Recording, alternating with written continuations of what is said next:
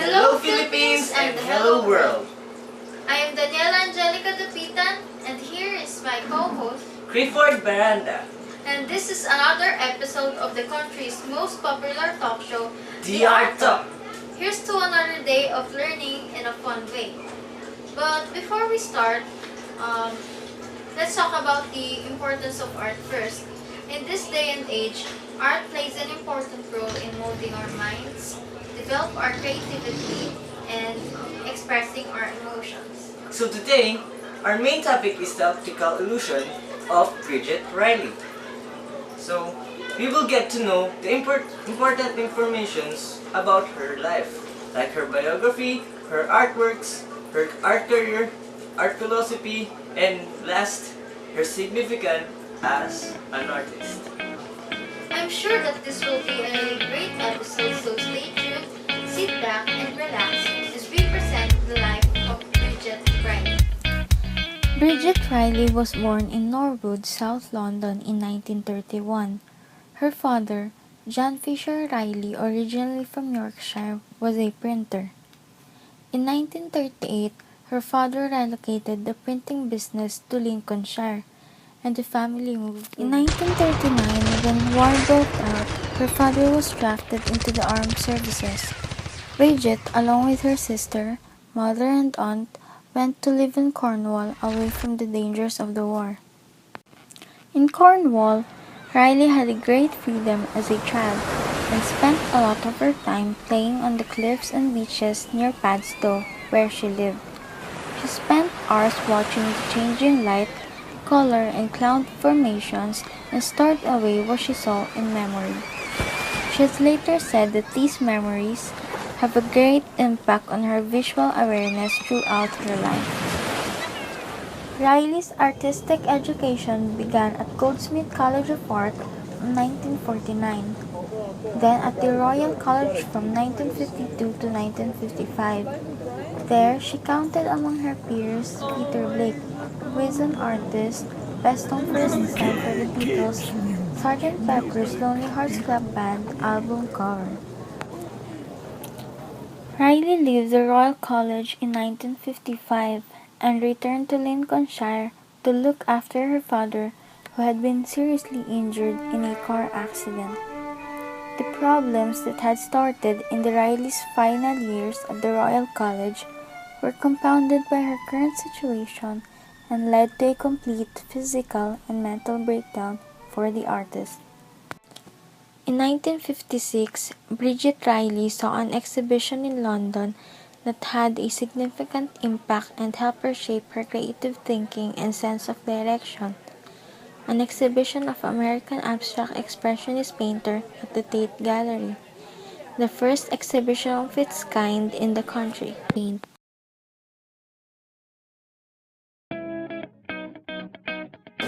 So now that we know what optical art is, it's time to move on to another segment, which is the works and philosophies of Bridget Riley. Roll VTR.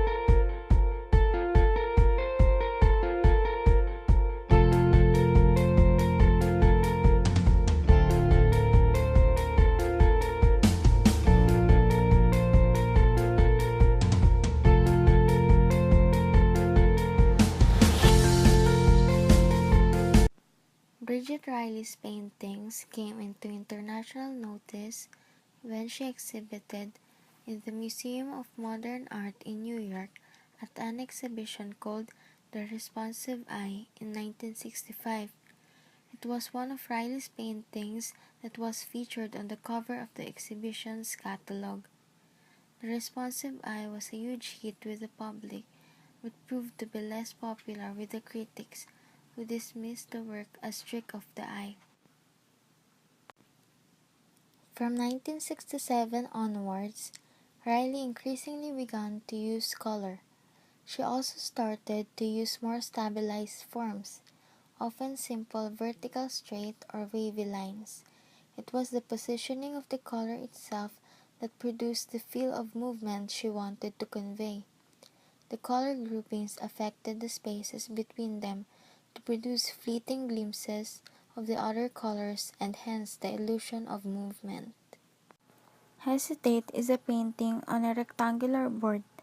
The features even rows are circular and elliptical shapes. The shapes are painted in gray tones, beginning in a pale silvery shade in the top left corner of the work. The gray darkens with each row along a diagonal axis to become almost black, before fading back to pale silver and then darkening once again.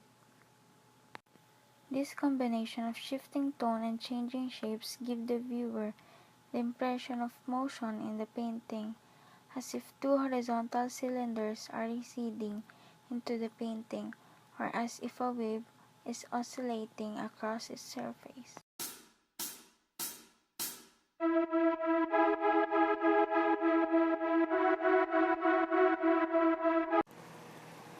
Bridget Riley's major paintings are very large and may take 6 to 9 months to develop.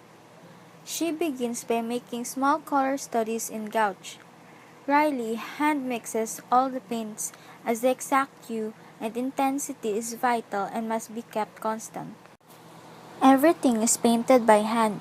No rulers, masking tape, or mechanical means are used when actually applying the paints. Riley has worked with assistants since 1960s because of the large scale and the need for great precision.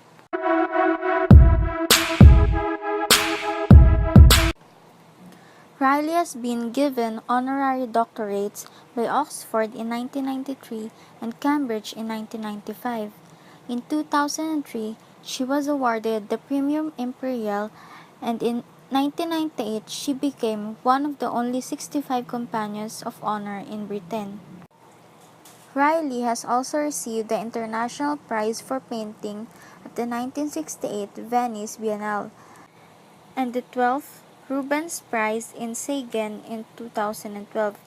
Also in 2012, she became the first woman to receive the Sikkens Prize, the Dutch art prize recognizing the use of color.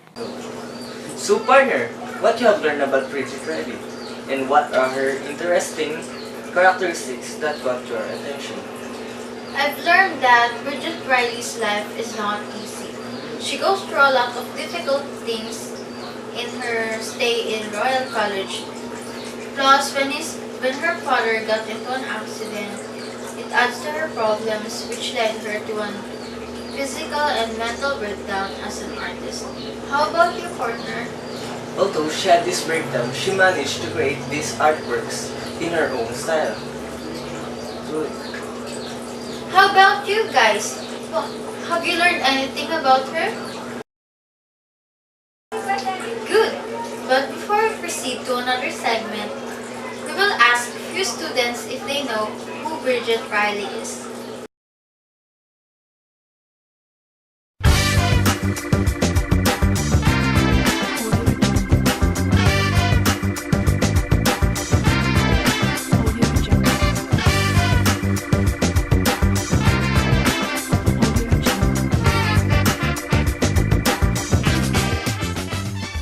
Hi guys, this is Arto. So I'm gonna ask some people if they knew about Bridget Riley, her significant works, and what would they think about her artworks. So, what's the first thing you think when you hear the word art? art. Para sa akin yung art, yun yung nag-express ka ng feelings gamit ang entertainment, expression ng feeling. So, may alam ko po bang type of Okay art? lang ba yun? Type, wala. Isa po doon ay optical art. So, Marcel, anong optical art? Yung art na ng eyes, positive na feeling, nararamdaman niya pag nagawa siya ng art. May alam bang optical art is? Yeah. Kasi dito si Bridget Riley. Ipapakita ko sa yung artwork niya. At saka, ayan, funny perspective mo. So, this is the RS2 made by Bridget Riley in 1965. Ano pong masasabi mo? Why? Hindi ko gets. Wala, pero normal. Kung hindi ko alam yung meaning niya, parang normal. Parang, ang hirap ma-identify kung ano yung gusto niya iparating sa mga So, why do you think she made this art?